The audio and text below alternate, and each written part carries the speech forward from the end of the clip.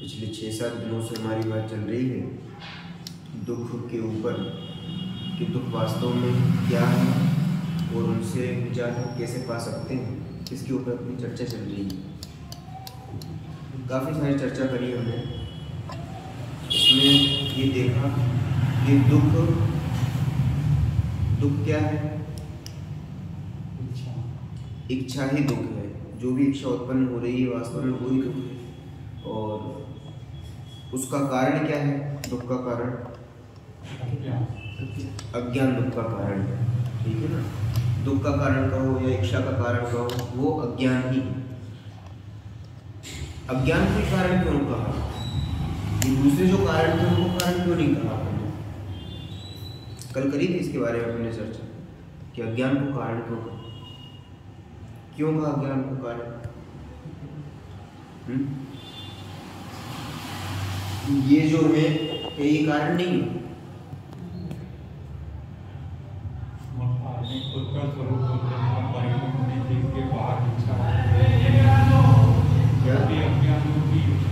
क्या?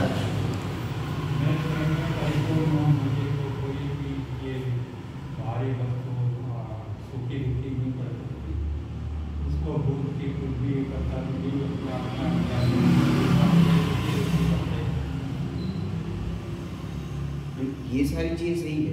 मैंने ये पूछा कि इनको कारण क्यों नहीं कहा? अज्ञान को ही कारण क्यों कह रहे हैं? आचार्य ने अज्ञान को कारण क्यों कहा है? देखो छेड़ाला जी ने मोह महामद पियो अनादि भूल आपको प्रबंधन जे त्रिभुवन में जीव अनंत सुख चाहे दुख दे भय बन। और कारण क्या दिया आगे? मोह महामद पियो अनादि। मोह के कारण ये सारी प्रॉब्लम हो रही है। तो क्या मोह को प्रॉब्लम क्यों कहा? इतनी सारी प्रॉब्लम हो रही है, दूसरे कारण भी तो है, उनको कारण क्यों नहीं कह रहे हैं? सवाल ये है, क्यों नहीं कह रहे कारण?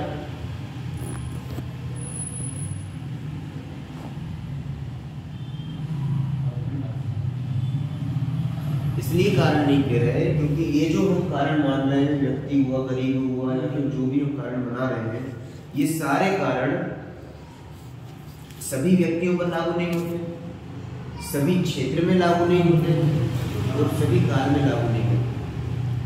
पर्टिकुलर किसी परिस्थिति में लागू हो गया तो हमने उसको कारण बना दिया, जबकि ऐसा नहीं है। न्याय शास्त्र के अनुसार तो आपको पर्टिकुलर उस कारण को तलाशना पड़ेगा जिसके कारण वो सारी चीजें हो रही है। और वो किसके कारण हो रहा है? सब कुछ अज्ञान के कारण। इनके कारण क्यों नहीं हो रहा? समझ में आया? तर्क क्या है? इन सब के कारण क्यों नहीं हो रही वो सारी चीजें? सभी पे लागू नहीं होती, सभी चीजों पर लागू नहीं होती। किसी जगह पर वो चीज लागू होती है, किसी जगह पर नहीं होती है। तो ये दोष से संबंधित हो गया, ये कथन जो है अपना दोषपूर्ण हो गया, इसलिए प्रॉब्लम है। ठीक है ना? और अज्ञान को कारण क्यों कहा है अपन ने? क्योंकि अज्ञान ही ऐसी चीज है जो हर जगह लागू होती है। कोई भी क्षेत्र हो और कोई भी समय हो, हर जगह व्यक्ति यदि दुखी है तो किस कारण से दुखी है? केवल अज्ञान के कारण दुखी है। इसीलिए हमने हर जगह किसको कारण बनाया है? अज्ञान को कारण बनाया है। ठीक है ना? एक चीज हमेशा ध्यान रखना, गणित होती है ना, गणित को हल करने के दो तरीके होते हैं। किसको करने के? गणित को। जब भी अपन किताब में से कोई सवाल हल करते हैं ना, तो उसको हल करने के दो तरीके हैं। एक वो तरीका है जो एक्सपर्ट यूज करते हैं, और दूसरा वो तरीका है जो कमजोर बच्चे यूज करते हैं। अब दोनों तरीके बताता हूँ। सवाल ये लिखा है कि 2 और 2 कितने होते हैं, ये प्रश्न पूछा है। इसको करने के दो तरीके हैं।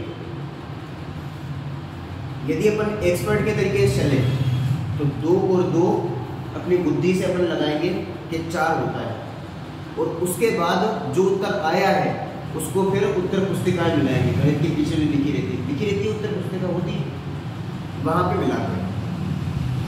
और जो बच्चे ढोर होते हैं, ढोर मतलब कमजोर होते हैं, वो क्या करते हैं? वो ये 2 और 2 4 इसमें दिमाग नहीं लगाएंगे कि ये 2 और 2 4 होते हैं कि नहीं होते। वो देखेगा 2 और 2, अरे इसका उत्तर तो पता ही नहीं, चलो पीछे देखते हैं पहले, उसके बाद पहले उत्तर देखेगा, और फिर उसका जोर किस पर लगाएगा कि कैसे भी करके एनी हाउ 4 आने चाहिए। चाहे 5 में से 3 घटा के वो 4 लाए, 5 में से 1 घटा के 4 लाए, चाहे जोड़ के 4 लाए, चाहे भागित करके 4 लाए, कैसे भी करके वो 4 लाना चाहेगा। और उसी बच्चा क्या करेगा?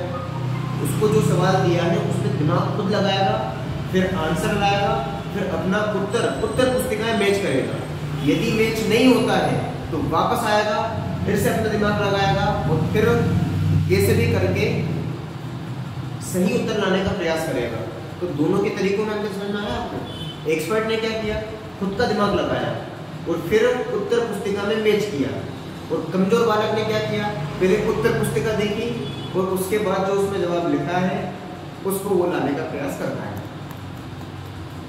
अब हम कैसे बालक की जरा गंभीरता से विचार करना। हमारे अंदर क्या हो रहा है? मैं प्रश्न पूछता हूँ कुछ, जैसे दुख का कारण क्या है, तो हमें पहले से ही पता है, सारे उत्तर पता है हमें। कहाँ से पता है? उत्तर पुस्तिका से। और वहां से उसी का रटा उत्तर दे देते हैं, अज्ञान दुख का कारण है, इच्छा दुख है, ये है, ये है। और फिर जो भी प्रश्न आएगा हम उसका उत्तर दे देंगे। वो सही है, वो तो सही तो नहीं, क्योंकि उत्तर पुस्तिका में वही लिखा है। पर यदि आपको वास्तव में एक्सपर्ट बनना है तो क्या करना पड़ेगा? यदि आपसे पूछा जाए कि सामने वाले व्यक्ति ने ऐसा ऐसा कहा है, अब आपको दुख हो रहा है कि हाँ साहब दुख तो हो रहा है, तो उसका कारण क्या है? तो आप पहले खुद का जवाब निकालो कि हमारे जवाब के अनुसार सामने वाले व्यक्ति कारण है। अब फिर मैच करो, तो यहाँ तो कह रहे हैं भाई साहब सामने वाले व्यक्ति कारण ही नहीं है।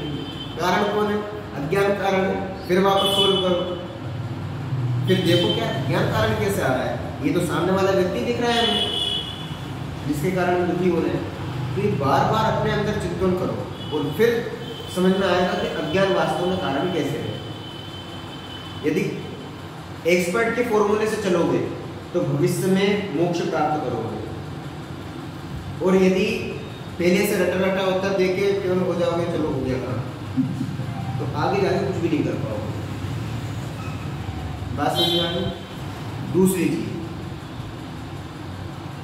रेल की पटरी होती है, कहीं मिलती नहीं है, कभी नहीं मिलेगी। रेल की पटरी है, कभी मिलती नहीं है। ऐसे ही हमारे जीवन में धर्म हो गया है।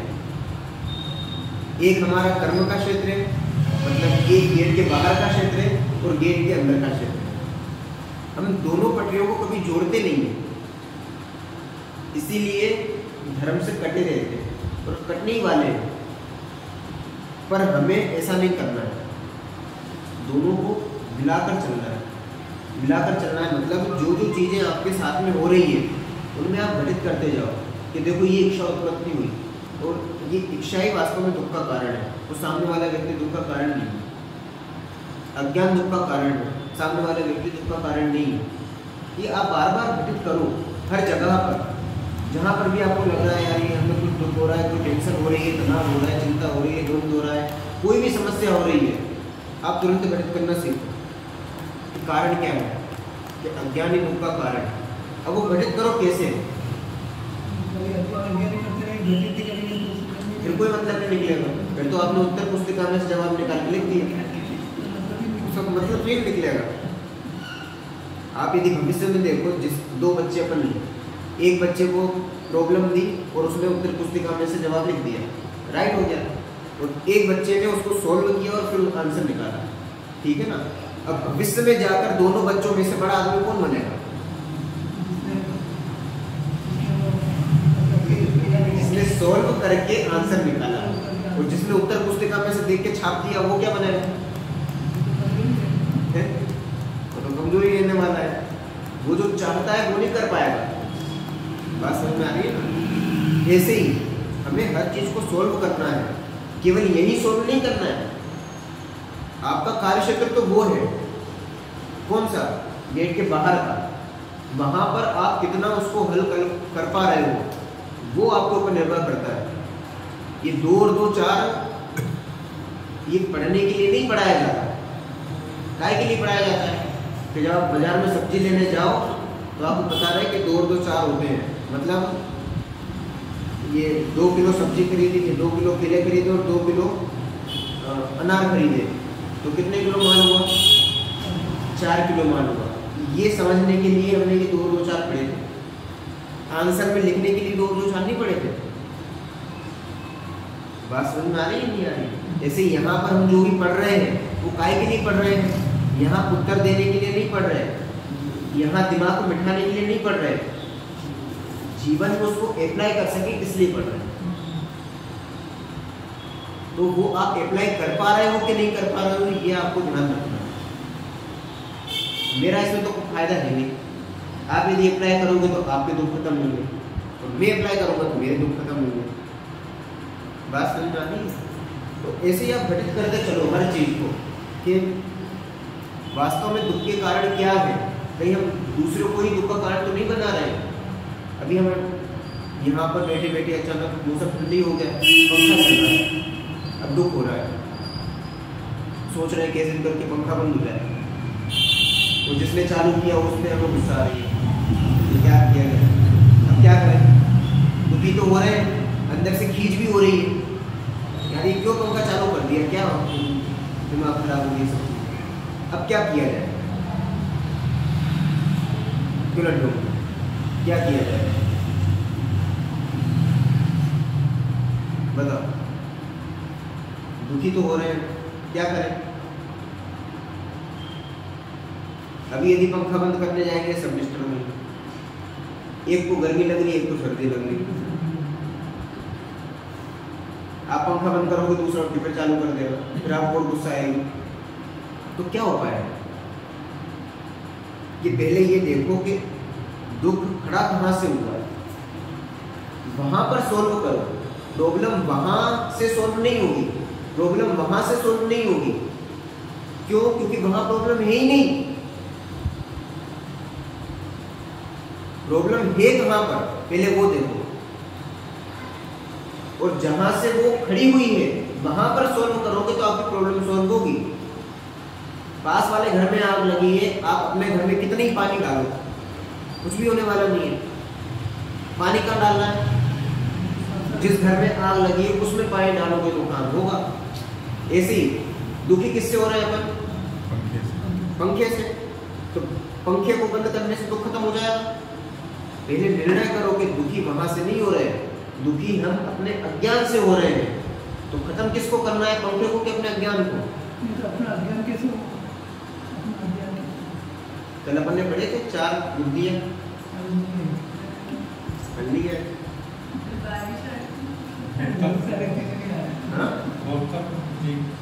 वो पित्त बुद्धि है, ठीक है ना। देखो अज्ञान बहुत प्रकार का है, बहुत प्रकार का अज्ञान है, पर यदि अपन उसको संक्षेप में करें तो वो 4 विपरीत बुद्धियों के रूप में खड़ा होता है। यदि अपन अज्ञान को शॉर्ट कर दें तो कितनी बुद्धियां हो जाएगी? 4। कौन कौन सी विपरीत बुद्धियां हैं? एकत्व, ममत्व, कर्तृत्व और भोक्तृत्व। अब इनकी परिभाषा क्या बताएंगे कल मैंने? एकत्व मतलब मेरा, तो फिर ममत्व मतलब क्या होगा? आत्मा को छोड़ के सब हाँ, आत्मा और शरीर को एक मानना है। आत्मा और शरीर को एक मानना, ठीक है। और कल मैंने क्या बताया? ये तो सही है।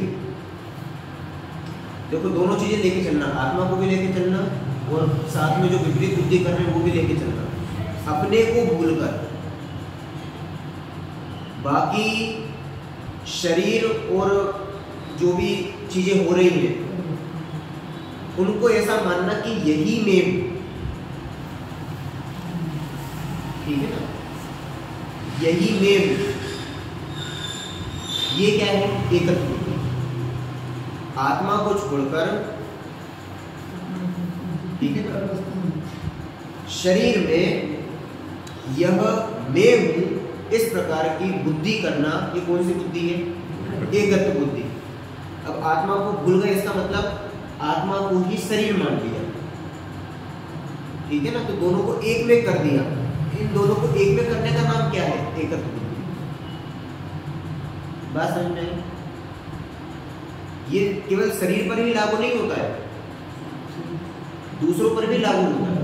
दूसरों पर कैसे लागू होता है?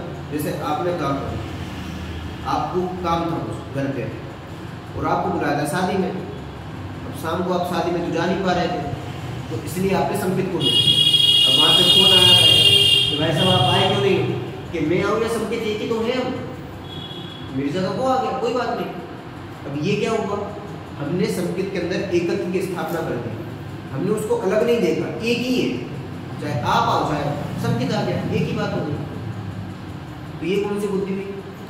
एकत्व बुद्धि। ऐसे सामने दर्पण, सामने तस्वीर लगी हुई है, किसकी तस्वीर है? मान लो आपकी तस्वीर है। अब वो किसकी तस्वीर है?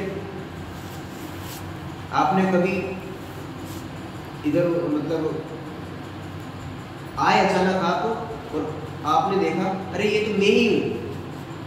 कौन? वो तस्वीर। अब ये हम मैं ही हूं, ये क्या है? आप वो हो कि आप यहां हो? और बोल क्या रहे हो? मैं हूं। तो ये क्या हुआ? तस्वीर में आपने या फिर जो फोटो है उसमें एकत्व बुद्धि कर ली कि यही मैं हूं, क्योंकि वो तो आप हो ही नहीं, वो तो बिल्कुल अलग दिख रहा है कि आप वो नहीं हो। बात समझ आ रही? तो इस प्रकार हम जो शरीर या बाह्य सामग्री में मैं बने की स्थापना कर देते हैं कि मैं ही यह हूं, ये क्या चीज है? एकत्व बुद्धि। बात समझ में बराबर? अब इससे घाटा क्या हुआ? या फिर और यदि इसको समझे अपन तो आपने छेड़ाला जी की दूसरी ढाल में पढ़ा होगा, तन उपजत अपनी उपज जान, तन नशत आपको नाश मान। ये कौन सी बुद्धि है?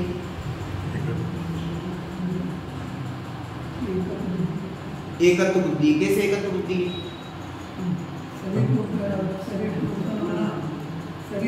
हमने शरीर को ही अपना मान लिया, ठीक है। अब शरीर की उत्पत्ति होती है तो मैं अपनी उत्पत्ति मानता हूँ, शरीर का नाश होता है तो मैं अपना नाश मानता हूँ, जबकि शरीर बिल्कुल अलग है और आत्मा बिल्कुल अलग है। और हमने दोनों को एक में कर दिया और फिर उल्टा उल्टा मान रहे हैं। उल्टा मानना ही तो अज्ञान है।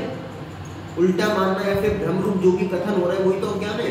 दो चीज जो कभी एक हो नहीं सकती उनको हम क्या मान रहे हैं कि एक हो गई, इसी भ्रम का नाम अज्ञान है। बात आई समझ में? अब ऐसे ही आगे चलो। दूसरी कौन सी बुद्धि है? ममत्व बुद्धि।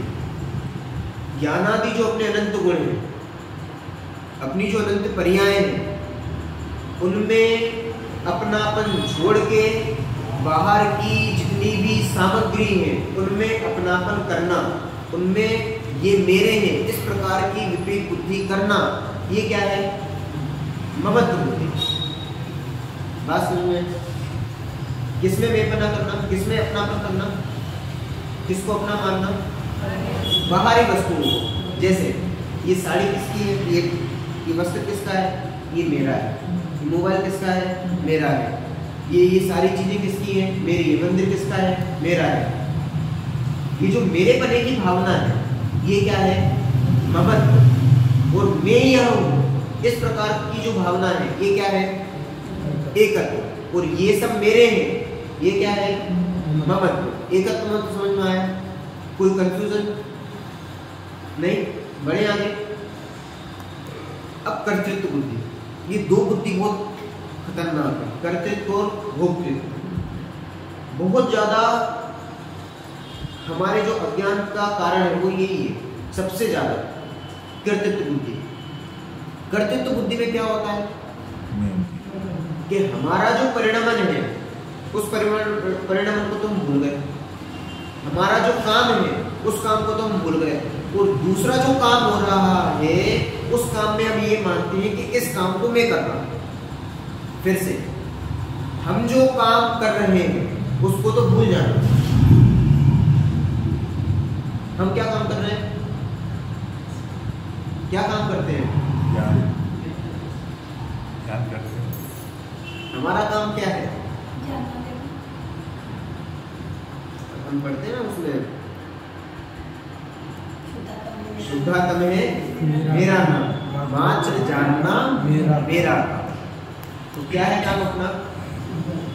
ज्ञान करना, जानना, यही केवल अपना काम है। तो अपने काम को तो भूल गए। अब दूसरा जो भी काम हो रहा है, उस काम को हम क्या कहते हैं कि ये मैं कर रहा हूं, या फिर वो काम मेरे अनुकूल हो, इस प्रकार की जो भी भावना है वो सब क्या है? कर्तृत्व बुद्धि। बात समझ में आती? जैसे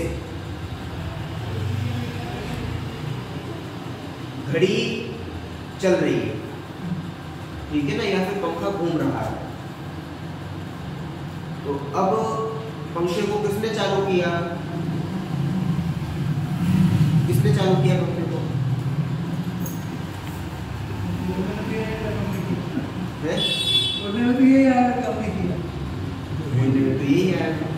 तीन चार चीज मिलेगी जब चलेगा। काल समय सब मिलेगा तब चलेगा। सब मिलेगा तब चलेगा। अभी किसने चालू किया? अभी लड्डू करने चालू। ठीक है, अब हम क्या मान रहे हैं कि मैंने किया। आप मतलब आप क्या मान रहे हो कि मैंने चालू किया। अब इसको आप डिफाइन करो, आप इसको गहराई से विचार करो कि आपने चालू किया है कि नहीं किया है, या फिर उस समय में आपने क्या किया है। इसको जरा गंभीरता से विचार करोगे तो समझ में आएगा। यदि आप चालू कर सकते हैं, पहले ये निर्णय करो कि आप कितने हो। आप एक कौन?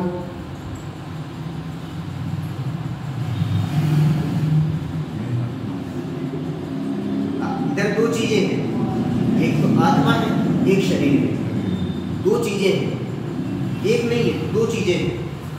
अब चालू कौन कर रहा है? चालू किसने किया? शरीर ने चालू किया। पक्का शरीर ने चालू किया। चालू किसने?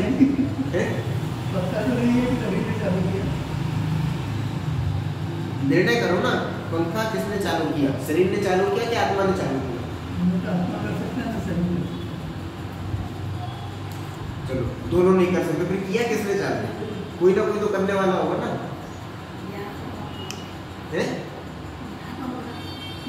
ज्ञान हो रहा है, वो तो हो ही रहा है। पर अभी तो अपन ये निर्णय कर रहे हैं कि पंखा किसने चालू किया। कौन चालू करने वाला है? स्वयं की योग्यता चालू है, अपने आप चालू हो जाता। फिर लड्डू पर क्यों गए थे वहाँ? परिणाम भी ऐसा हो जाता। लड्डू का क्या रोल था उसमें?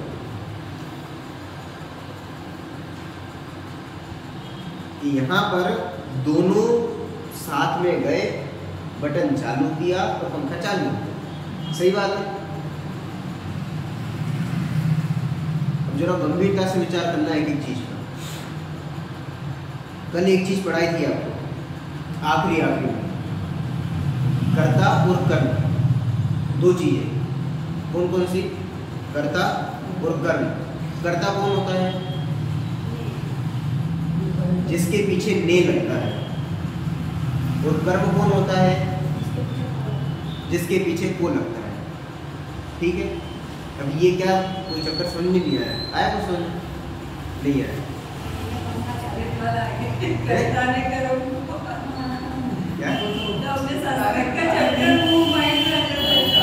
वही है कर्ता ने कर्म को करण से संबंध दिया, उपादान से अधिकरण में पर और संबंध का के तो हत्या कोई वो नहीं हो सकता। 6 कारक है। अब इसमें कर्ता ने और कर्म क्या है? को। जिसके पीछे ने लगता है वो क्या कहलाता है? कर्ता। और जिसके पीछे को लगता है वो क्या कहलाता है? कर्म। जैसे मैंने मोटरसाइकिल से एक्सीडेंट किया, इसमें मैं कौन हूँ?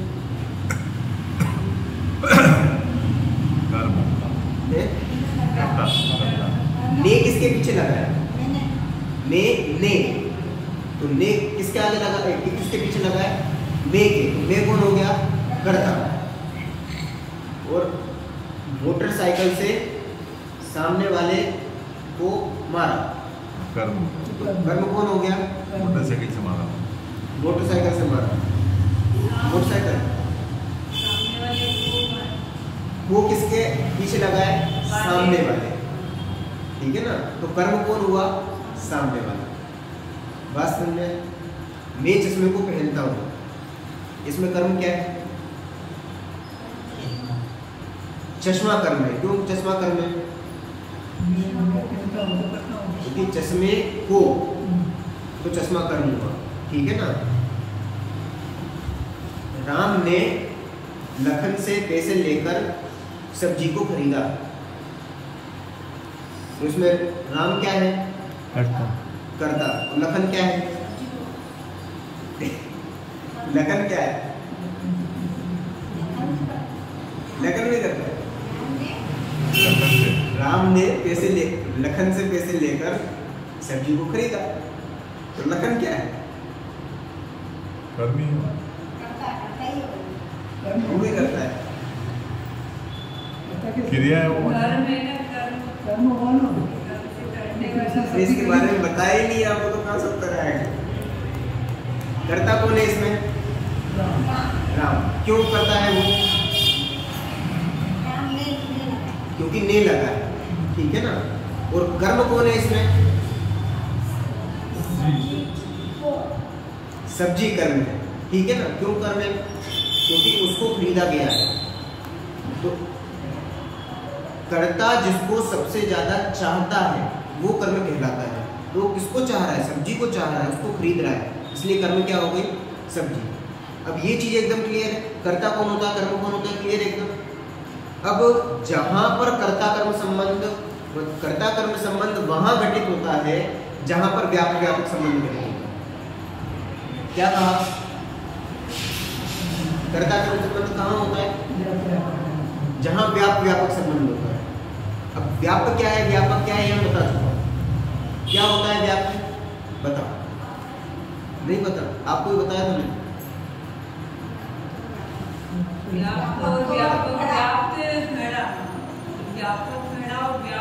मिट्टी।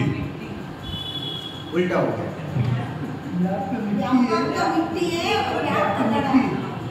व्याप्त नहीं, व्याप्य। ठीक है ना। व्याप्त और व्यापक एक ही है। व्याप्त और व्यापक एक ही चीज है। और व्याप्य वो क्या है? घड़ा। ठीक है। व्यापक जिससे बनाया जाता है देखो, जो बड़ा होता है वो व्यापक होता है, जो छोटा होता है वो मिट्टी से घड़े के अलावा और भी चीज़ बन सकती है ना, इससे बड़ी मिट्टी है, मेन चीज़ मिट्टी है उसमें। तो व्याप्य मिट्टी व्याप्य मिट्टी, व्याप्य घड़ा है, व्यापक मिट्टी है। दो चीजें हैं, एक है व्याप्य और एक है व्यापक। व्यापक को क्या कहेंगे अपन? ठीक है, सही है। व्यापक कहो, व्याप्त कहो, एक ही चीज है, ठीक है। और दूसरा क्या है? व्याप्य, बराबर। इसलिए मैंने लिख दिया, कंफ्यूजन कुछ भी नहीं है।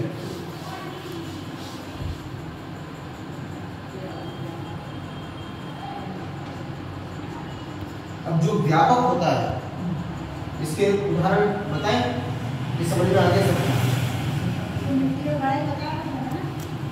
मिट्टी और घड़ा आपको समझ में आया नहीं आया? वो पोछा क्या है? पाँव पोछा, वो पाँव पोछा क्या है? व्यापक है कि व्यापक है? व्यापक है, व्याप्य है। व्याप्त है। मैंने बोला ना, जो बड़ा होता है वह व्यापक होता है। व्याप्य, व्याप्य क्या है? तो किससे बना है वो? कपड़े से। इसलिए कपड़ा क्या है? व्यापक, ठीक है। और हाँ, जो बना है वो क्या है? व्याप्य, ठीक है। जिससे बना है वो व्यापक है। ये अपनी स्टील की बाल्टी है, तो बाल्टी क्या है? व्याप्य, व्याप्य। बाल्टी क्या है? व्याप्य। स्टील व्यापक, ठीक है ना। ये सोने के जो आभूषण होते हैं, गर्दनी होती है, ये होता है, क्या बोलते हैं? कुंडल, कुंडल, रिंग हुई, इसको पाली कहते हैं। पाली हुई, नक्सली हुई, कंचली हुई, जो कुछ भी होती है चीजें, चेन हुई, कड़े हुए, ये सारी चीजें क्या है? सोना व्यापक है, सोना व्यापक है। चेन व्याप्त, सोना व्यापक नहीं, सोना व्याप्त, सोना व्यापक, ठीक है। और जो कुंडल व्याप्य, वो व्याप्य। ठीक है ना। सोने की जितनी भी सामग्री है वो तो है व्याप्य। वो कैसे बनी है? सोने से। तो सोना क्या हुआ? व्यापक। तो जो बड़ा होता है वो व्यापक है, जो छोटा है वो व्याप्य है। ये सब बात आगे समझ में? कैसे भी समझ सकते हो? इसमें शब्द कौन सा बड़ा है? दोनों में कौन सा शब्द बड़ा है? व्यापक। और छोटा शब्द कौन सा है? व्यापक। तो बड़ी चीज कौन सी होगी? जो भी बड़ी चीज होगी वो क्या होगी? व्यापक। और छोटी चीज होगी वो क्या होगी? व्यापक। छोटी चीज मतलब जो केवल पर्टिकुलर एक चीज है, और व्यापक बड़ी चीज होती है। बड़ी चीज मतलब सोना तो बहुत सारा है और उसमें से कुछ चीज आगे बनी हुई है। उससे बहुत चीजें बनती हैं। सोने से अकेले कुंडल नहीं बनते ना, बहुत चीजें बनती है। कपड़े से अकेला नहीं बहुत सारी बनता। चीजें बन सकती बहुत है, सारी चीजें बन सकती ठीक है ना। और आपके पास जो चीज है वो पर्टिकुलर एक ही चीज है, तो वो क्या हो जाएगी?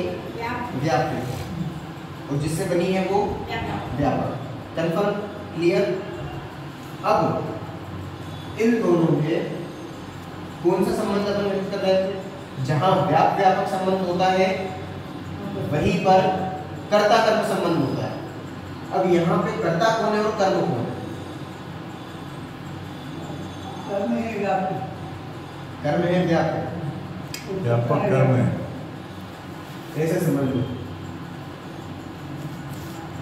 यहाँ घड़ा है, सोने से आभूषण बने, सोने में क्या होते हैं? आभूषण जो आभूषण बना हो व्यापक, कड़ा, वो कर्म हुआ। कड़ा। और यहाँ लिखते हैं अपन, ठीक है। अब कड़ा क्या है? व्यापक। व्यापक। सोना क्या है? व्यापक। व्यापक, ठीक है ना।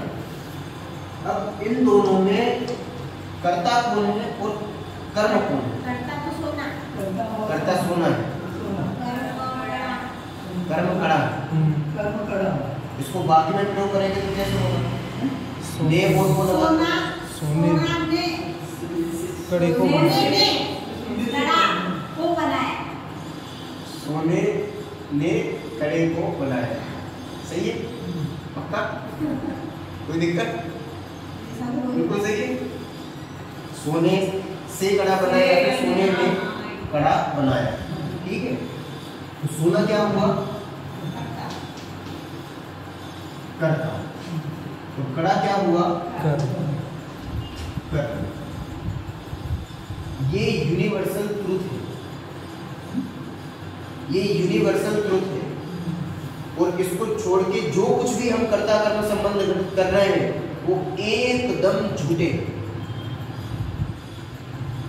फिर से क्या कहा?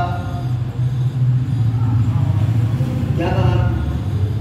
ये जो चीज है ये हर समय, हर क्षेत्र में, हर व्यक्ति के लिए लागू होती है। और इसको छोड़कर हम कर्ता कर्म संबंध जहां भी बना रहे हैं वो लागू ही नहीं होता। बात समझ में आए? कोई दिक्कत? अब सोने ने किसको बनाया है? कड़े को बनाया है। क्यों? क्योंकि व्यापक संबंध सोना और कड़े के साथ है। तो कर्ता कर्म संबंध भी किसका होगा? इन दोनों में कर्ता कर्म संबंध किसका होगा? इन दोनों का ही होगा, ठीक है ना। इसमें किसी तीसरे व्यक्ति की एंट्री नहीं होगी। और हम क्या करते हैं? तीसरे व्यक्ति की एंट्री पहले करवाते हैं और इसको पूर्ण कर देते हैं। क्या ऊपर नहीं है कुछ? यहाँ हम कर्ता किसको बनाते हैं? कड़े को किसने बनाया? सोने ने या सुनार ने? सोने में बनाया तो सोने ने, बटेने को सुना है, बनाया तो सोने से। बनाने वाला तो सुना है। कड़े को किसने बनाया? सुना है। सोने ने बनाया या सुनार ने बनाया? सोने के द्वारा बनाया। सोने के द्वारा बनाया। नहीं, सुना सोने के से द्वारा। बना। पहले नक्की करो। सुनार ने कड़े को बनाया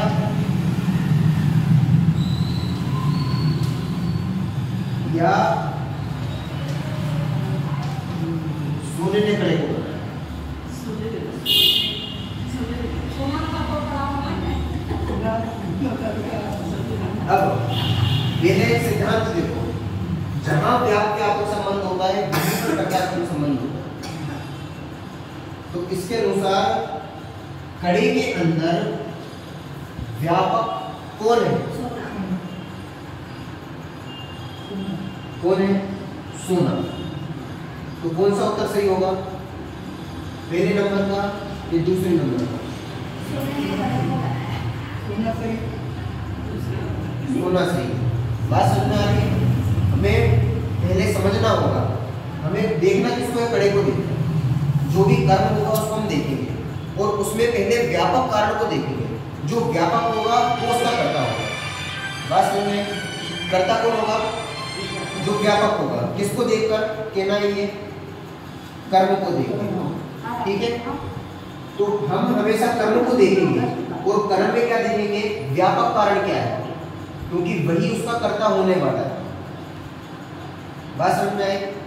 कुर्सी को किसने बनाया है? उसी को लोगों ने बनाया। प्लास्टिक का पकड़े। कुर्सी को हाँ, किसने वो लोहे की कुर्सी होती है, लोहे की कुर्सी होती है ना।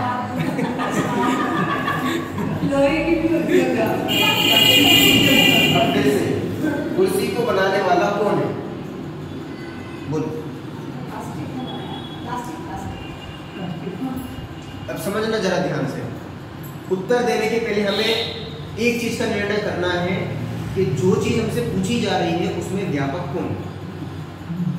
आपसे क्या पूछा गया? कुर्सी। कुर्सी। कुर्सी को किसने बनाया है? हमने सबसे पहले क्वेश्चन सबसे पहले देखा और देखते से ही सबसे पहले किसको पकड़ना है? कर्म को पकड़ना है। तो कर्म क्या है प्रश्न में? प्लास्टिक। अब उस प्लास्टिक में अपन को व्यापक देखना है। कर्म प्लास्टिक नहीं ना, प्रश्न में पहले आप इसको देखोगे कर्म को, उसमें व्यापक लिखा हुआ नहीं है, व्यापक छिपा हुआ है। व्यापक छिपा हुआ है। समझ में आता है? देखना किसको है आपको? देखना किसको है? कुर्सी को, कर्म को। पकड़ना किसको है? कर्म को। फिर उसमें छुपे हुए व्यापक को निकालना है, और जो व्यापक होगा वही आपका कर्ता होगा। ठीक है? जैसे मैंने मोबाइल चलाया, ठीक है? अब कर्म कौन है? मोबाइल, मोबाइल, ठीक है? इसमें व्यापक कौन है? चलाने वाला, चलाने वाला। यही तो भ्रम है, भ्रम यही तो खत्म करना है। हमें वाक्य के कर्ता से रिलेट नहीं करना है, हमें कर्म को देखकर उसमें क्या व्यापक है उसको देखना है, क्योंकि उसके अंदर जो व्यापक होगा वो कर्ता होगा, ना कि हमने जो वाक्य में कर्ता बनाया है वो कर्ता होगा। बात समझ में आ रही है? पहले बात में हमने किसको कर्ता बनाया? पहले बात में हमने कर्ता किसको बनाया? सुनार को। तो सुनार ने कड़े को बनाया। अब इस बात में हमने सबसे पहले किसको पकड़ा? कर्म को। कौन है कर्म? कड़ा। अब कड़े को देखकर हमें क्या समझना है? किस पर विचार करना है? व्यापक पर। किस पर? व्यापक पर। व्यापक कौन है? सोना। अब हमें कर्ता का पता लगाना है, तो कौन कर्ता हुआ? जो व्यापक होगा वो कर्ता हो जाएगा। वाक्य में कौन करता है? वाक्य में कौन करता है? इसमें पहले वाक्य में सुनार ने कड़े को बनाया, इसमें कर्ता कौन है? सुनार। कर्म कौन है? कड़ा। अब कड़े को जब ध्यान से देखा तो व्यापक कारण कौन निकला? सोना, सोना। तो बनाया किसने वास्तव में? सोने, सोने ने। लिखा क्या है? सोना, सुना। इसका मतलब ये अज्ञान है। क्या ज्ञान है? कि सुनार ने कड़े को बनाया है। तो फिर राइट नॉलेज करो अपनी, किसने बनाया है कड़े को? सोने ने बनाया है। सोने ने क्यों बनाया है? व्यापक, क्योंकि कड़े को देखा तो कड़े में व्यापक कारण क्या निकला? सोना। तो जो व्यापक होता है वही क्या होता है? कर्ता होता है। तो कड़े को करने का कर्ता कौन होगा? सोना होगा, ना कि सुनार। बात आई समझ में? ये तो हमें निजी वस्तु में, हाँ? ये सब निजी वस्तु में समझाया है। अपने जीव के हिसाब से कैसे मतलब बताऊंगा ना मैं, सारी चीज बताऊंगा। आप सोचना और जितना हम सोच सको ऐसे ही। अब बताओ, कुर्सी पर बैठा होगा, मैं कुर्सी पर बैठता हूँ, या फिर मैंने कुर्सी पर कदम रखा। दूसरा वाक्य बना लो कुछ। मैं मोटरसाइकिल को चलाता हूँ। मैं मोटरसाइकिल चलाता हूँ, ठीक है? अब इसमें कर्ता देखना है, कर्म देखना है। कर्ता कौन है? करता मोटरसाइकिल, कर्ता मोटरसाइकिल। कर्म है। तो कर्ता कौन है? मैं करता हूँ, ठीक है ना? क्योंकि मेरे चलाएगी ना, तो मैं करता हुआ, और कर्म कौन है? मोटरसाइकिल। अब फिर वापस से देखो, किसको देखना है?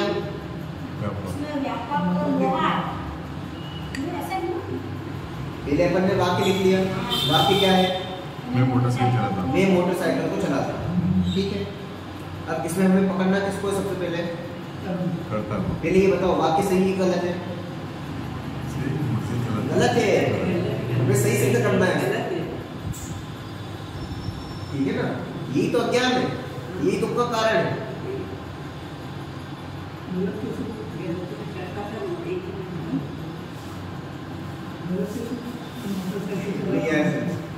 मोटरसाइकिल, फिर से आपके क्या है अपना? मैंने मोटरसाइकिल को चलाया।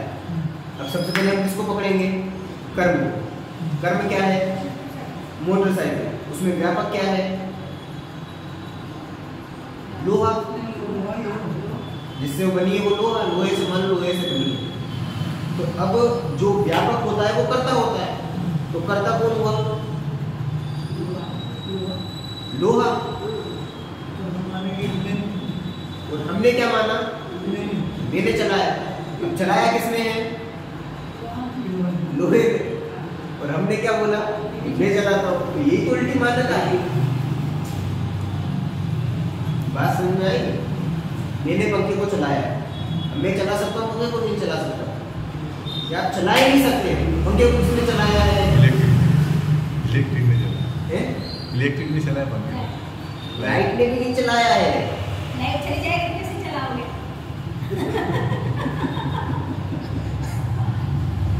पंखे को किसने चलाया है? तो उसको उसका कर्ता देखने के लिए पहले उसमें देखो कर्म क्या है? तो पंखा चलता है। पंखा है। अब पंखे में व्यापक क्या है? लोहा, लोहा। उसको चलाने वाला कौन होगा? लोहा, लोहा होगा। बिजली भी किसने चलाया है? बिजली भी तो लोहा कैसे चलेगा? वही बाद में डिस्कशन करेंगे उसके बारे में, वो क्या चल रहा है। पर चलाने वाला कौन है? लोहा। लोहा। हम तो ये नहीं मान रहे कि मैंने चलाया, तो क्या मतलब वही अज्ञान है। अब वो कैसे ज्ञान है, क्या चीजें हो रही है इसमें, वो कौन सारी चीजें कल देखेंगे। समय भी हो गया अपना। ओम नमः शिवाय। कर्ता कर्म